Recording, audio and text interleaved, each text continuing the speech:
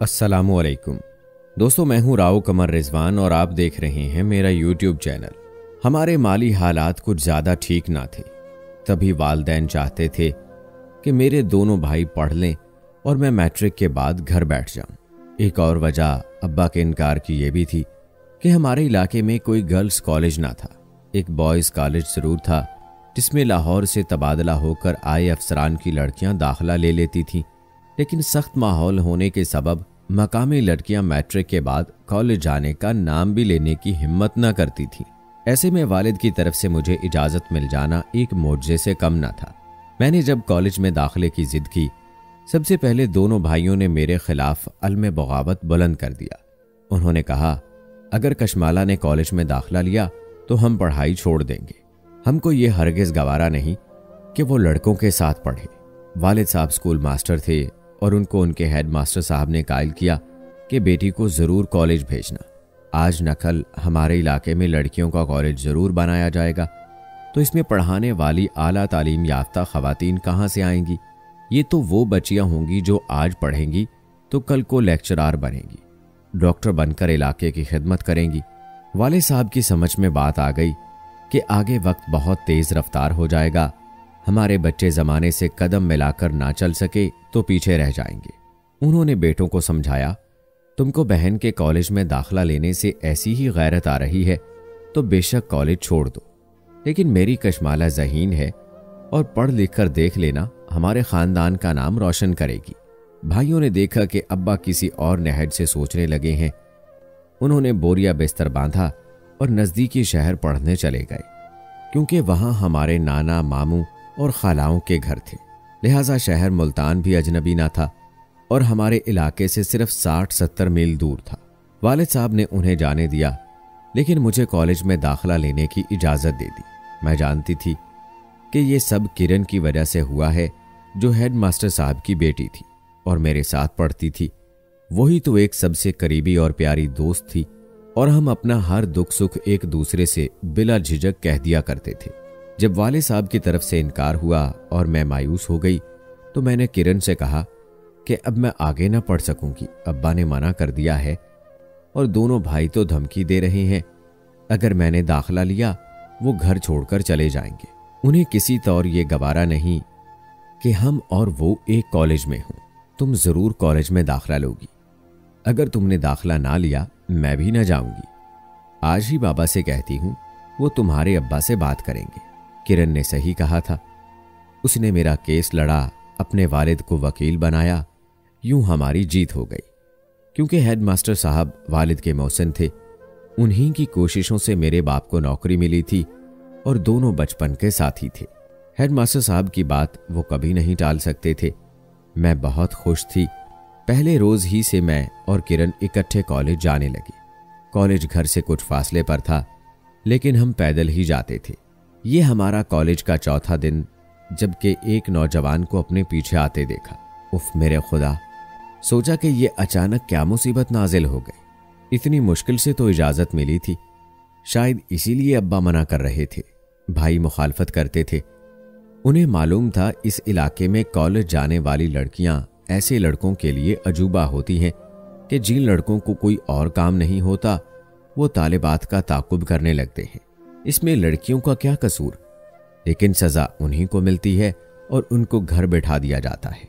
शायद शहरी लड़कियों को ऐसे मसाइल दरपेश ना हों, लेकिन हम देहात की बासी लड़कियां तो पुरानी रिवायात के हाथों बस मर मर कर जीती हैं। हमारा इलाका तो एक बस्ती जैसा था। सभी एक दूसरे को जानते थे। ना जाने ये कौन शख्स था जो हमारा पीछा कर रहा था, या कि हमको गुमान हुआ था कि वो हमारा ताकुब कर रहा है। कुछ देर बर्दाश्त किया। सोचा अगर आज पहले दिन इसे ना रोका टोका तो रोज ही यही वतीरा अपनाएगा। हमारी बदनामी मुफ्त में होगी। तालीम से तो जाएंगे ही, कहीं के ना रहेंगे। तब अब्बा और भाइयों को क्या जवाब देंगे? चलते चलते ठहर गई और अपने पीछे चलते आने वाले नौजवान को खूब सुना दी कि तुमको हया नहीं आती?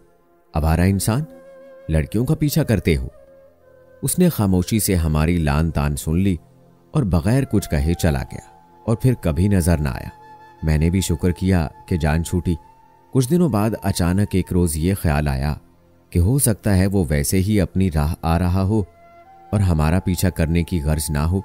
कुछ अपने आप में मगन भी होते हैं। हमें गुमान हो गया कि ताकुब कर रहा है। अगर शरीफ आदमी ना होता तो तंग करने को दोबारा आता, तब क्या कर लेते। मगर वो कभी दोबारा कॉलेज के रास्ते में हमको नजर ना आया। किरण से कहा कि उस दिन जाने मुझे क्या हुआ जो उस शरीफ आदमी पर बरस पड़ी और भरे बाजार में उसे जलील करके रख दिया। शरीफ आदमी था? तुमको कैसे मालूम कि वो वाकई शरीफ आदमी था? हाँ भाई, अगर शरीफ ना होता और हमको तंग करना ही मकसूद होता तो शायद हमारा कॉलेज जाना भी दूबर हो जाता। वो बार बार हमारा ताकुब करता और हम जिच आकर तालीम छोड़ देते। मेरी तावील सुनकर उसने सर पकड़ लिया। कहने लगी, अफसानों कहानियों में ऐसी बातें पढ़ते थे कि पहले हीरोइन हीरो से टकराई, लड़की ने उस मासूम को डांट डपट से नवाजा, बाद में उसके तसव्वुरात में खोकर आहें भरती। अरे बाबा, एक बार तुम्हारे साथ भी कुछ ऐसा वाकया हो गया तो भूल जाओ, इसे जहन से निकाल दो। पीछे आया तो आया, चला गया तो चला गया, अब धड़का किस बात का। उस रोज पहली बार अपनी ये बचपन की सहेली मुझे बहुत बुरी लगी। किस कदर नामाकूल है, मैंने सोचा। हर बात को मजाक समझ लेती है। खैर, वक्त गुजरता गया। हमने बखैर व आफियत FA पास कर लिया और अब 3rd ईयर में आ गए। एक रोज मैं और किरण कुछ किताबें खरीदने गए। बुक शॉप करीब ही थी। वापसी पर एक मोटर बाइक वाला इस कदर तेजी के साथ गुजरा कि किरण गिर गई और सड़क से लुढ़कती ढलवान पर जा पड़ी। उसे काफी चोट आई कि उठने से कासिर थी। तभी पीछे आती कार हमारे करीब आकर रुकी और उसमें बैठा आदमी उतरकर मेरे पास आया। आप इजाजत दें तो आपकी सहेली को सहारा देकर ढलवान से ऊपर ले आऊं? लगता है काफी चोट लगी है, वो बेसुध पड़ी है। मैं चूंकि काफी परेशान खड़ी सोच रही थी कि अब क्या करूं। ढलान के नशेब में फिसलन था। खुद उतरकर उसकी मदद करने से कासिर थी। मजबूर होकर उसकी मदद कबूल करनी पड़ी और वो नशेब में उतर गया। बड़ी दिक्कत से किरण को सहारा देकर ऊपर सड़क तक लाया। किरण की बुरी हालत थी। शायद पांव में मोच आ गई थी। एक कदम नहीं चल सकती थी। दर्द से कराह रही थी। कशमाला, प्लीज मुझे पकड़ो वरना गिर पड़ूंगी। दोनों पैरों में चोट आई है, खड़ी नहीं हो सकती, टांग में भी दर्द है। तभी वो शख्स गोया हुआ, गड्ढे में गिरने से आपको शायद कोई और भी गहरी चोट लगी है। आप मेरी कार में बैठ जाएं, मैं अस्पताल तक छोड़ देता हूं। हो सकता है टांग में फ्रैक्चर हो गया हो। मुझे भी अपनी दोस्त की हालत ठीक न लग रही थी। उसके सर से खून रिस रहा था। जिस गड्ढे में वो पीछे होते हुए लुढ़क कर गिरी थी उसकी गहराई काफी थी। उस नौजवान ने तसल्ली दी और मैंने हिम्मत की। किरण को उसकी कार में सवार कराया, खुद साथ बैठ गई और वो हमको अस्पताल ले आया जो नजदीकी शहर में था। तिब्बी इमदाद मिलने से मेरी सहेली की हालत संभल गई। पेन किलर इंजेक्शन लगा, टांग और पांव के एक्सरे हुए। तब तक वो हमारे साथ रहा क्योंकि डॉक्टर उसका दोस्त था। हमको अस्पताल में बड़ी सहूलत हो गई। अस्पताल से बॉयज स्कूल में मैंने चचा फैज को फोन करके सूरत हाल बताई। वो बोले, बेटी अभी आता हूं, तुम लोग वहीं ठहरो। किरण के अब्बू आध घंटे बाद आ गए। अस्पताल हमारे इलाके से दूर था। वो अपने एक शागिर्द के घर से उनकी कार मांग कर लाए थे। जब हम चलने लगे तो मैंने कहा, अंकल, इनका शुक्रिया अदा करें, इन्होंने हमारी मदद की। अंकल फैज ने अजनबी लड़के से हाथ मिलाया तो पहचान लिया। बोले, तुम जिमीदार अल्लाह यार साहब के बेटे हो ना? अब गांव में कभी नजर नहीं आते। जी, मैं लाहौर कॉलेज में पढ़ रहा हूँ और वहाँ हॉस्टल में रहता हूँ। छुट्टियों में घर आता हूँ। बहुत शुक्रिया बेटे, तुम्हारे अब्बू से सलाम दुआ है। मैं कभी आऊँगा शुक्रिया अदा करने। जरूर आइएगा, उनको खुशी होगी। वो चला गया। तभी अचानक जैसे जहन में गुजरी याद ताज़ा हो गई। ये शक्ल जानी पहचानी लगी। पहले भी कहीं देखा है मगर कहाँ। जहन पर जोर दिया।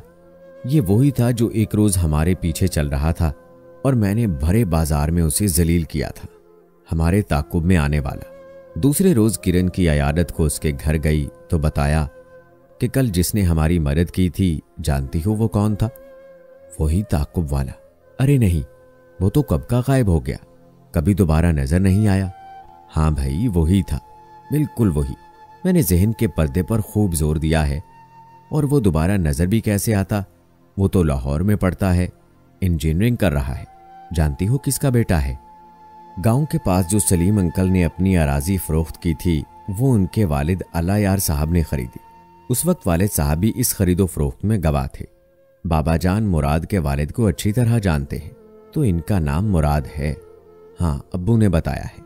दिल में उसका नाम दोहराकर मुसरत की एक लहर महसूस की। कशमाला, कितना खूबसूरत है वो, ऐ काश। और उसने जुमला अधूरा छोड़ दिया। मैंने उसकी बात सुनी अनसुनी कर दी। ये मौजू मजीद छेड़ना ना चाहती थी। जाने क्यों मेरा दिल किरण से आज पहली बार राजदारी बरत रहा था।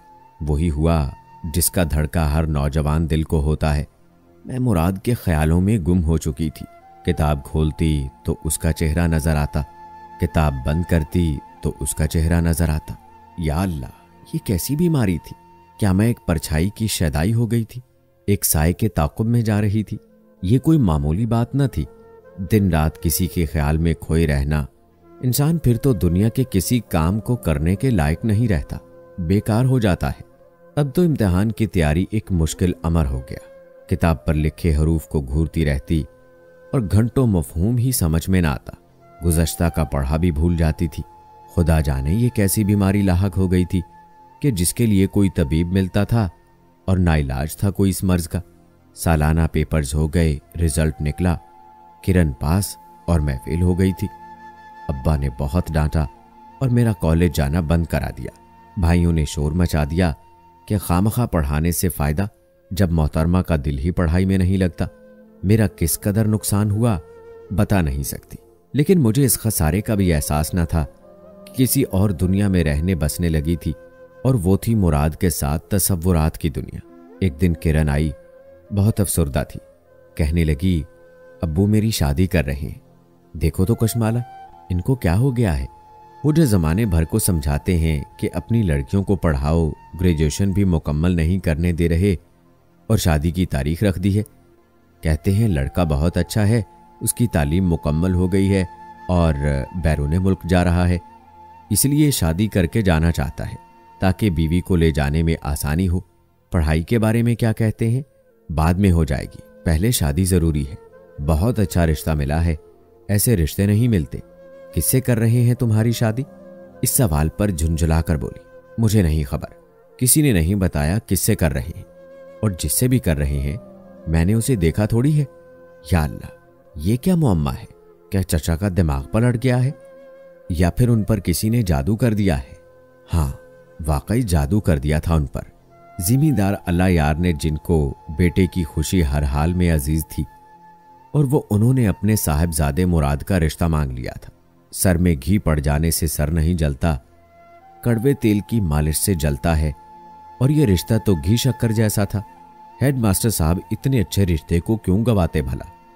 जबकि उनकी बेटी शादी के बाद कनाडा जा रही थी, और वो भी इतने अमीर कबीर घराने की बहू बनकर। मुराद ने उसी रोज उसको पसंद कर लिया था जब उसे उफ्तादा गढ़े से निकाला था। वाकई किरण थी भी खूबसूरत, नर्मो नाजुक, हूर शुमाइल। वो क्यों ना उसे पसंद करता? वालदैन पर दबाव डाला कि हेडमास्टर की लड़की से शादी करनी है। अल्लाह यार साहब ने मान लिया, क्योंकि किरण के वालिद की नेक नामी और अच्छी शोहरत तो सारे इलाके में मशहूर थी। उनको सिमदी बनाने में उन्हें आर ना था। बेशक माली एतबार से उनके हम पल्ला ना थे, लेकिन जमाने में इज्जतदार और ईमानदार तो थे। दयानतदारी की धूम थी उनकी। जिस रोज किरण दुल्हन बनी बैठी थी, मैं सज संवर कर अच्छे कपड़े पहनकर उसकी रुखसती में गई। क्यों न जाती? आखिर तो वो मेरी बचपन की दोस्त, मेरी सबसे प्यारी सहेली थी। वो सुर्ख जोड़ा पहने जेवरात में लदी मुस्कुरा रही थी। उसके दिल की खुशी मध्यम मुस्कुराहट के पसे पर्दा झलक रही थी, लेकिन मेरा दिल रो रहा था। मुस्कुराहट लबों पर आती और फिर लौट जाती थी। बड़ी मुश्किल से खुद पर काबू पाया था। अचानक ही उसने मेरी जानिब गहरी नजरों से देखा।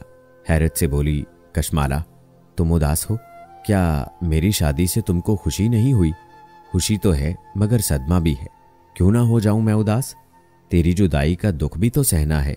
जानती हो कि तुम्हारे सिवा मेरी कोई साथी, कोई और दोस्त, कोई सहेली नहीं। तेरे बाद किस कदर तन्हा हो जाऊंगी, कैसे गुजरेगी तेरे बगैर?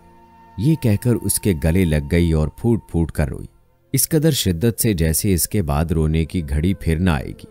वो तसल्ली दे रही थी, मुझे प्यार कर रही थी, लेकिन मेरे आंसू थे कि थमने का नाम ना लेते थे। दिल आज क्यों उदास था? क्या किरण से बिछड़ जाने की वजह से? नहीं, सहेलियों ने तो बिछड़ जाना होता है, ऐसे में दुल्हन जरूर रोती है, मगर सहेली तो उसे तसल्ली देती है। यहां मामला ये हरगिज ना था। मुझे किरण से बिछड़ने का दुख न था, मेरे रोने की वजह तो कुछ और थी। मेरे ख्वाबों का शहजादा मुराद आज किसी और का होने जा रहा था। वो जो दिन रात सुबह शाम हर लम्हा हर पल मेरे साथ रहता था, मेरे ख्यालों में महकते फूलों की तरह, मेरे ख्वाबों में चमकते चांद की मानिंद, वो मेरी रूह की ताजगी और मेरे दिल का सिंगार, मेरी तो जिंदगी था। दिन रात जिसके लिए दुआ किया करती थी, एक बार उसे मुझसे मिला दे। ऐ मेरे रब, बस एक बार रूबरू होकर उसे देख लूं, उससे बात कर लूं। दुआ किस रूप में कबूल हुई, वो रूबरू आया भी तो दुल्हा के रूप में, लेकिन ये मेरा नहीं, किसी और का दुल्हा बनकर आया था, मेरी जान से प्यारी दोस्त किरण का। और मैं शादी की रसूमात देखने से पहले ही तबीयत की खराबी का बहाना करके घर आ गई। कैसे देख सकती थी वो मंजर जिसने तलवार बनकर मेरे ख्वाबों की सरजमीन को, मेरे अरमानों के खून लहू लहू कर दिया था। अब मेरी दोस्त की शादी को 4 साल हो गए हैं और वो मुझसे मिलने आई, बहुत खुश थी। उसने अपने शौहर को ये बात ना बताई कि मैं उस पर कितना मरती थी। अच्छा किया नहीं बताया। ये थी हमारी पाक मोहब्बत, जहां बुरे लड़के हैं वहां अच्छे भी हैं, मुराद की तरह। कैसी लगी कहानी कमेंट बॉक्स में जरूर बताएं। मिलते हैं अगली वीडियो में, तब तक के लिए अल्लाह हाफिज।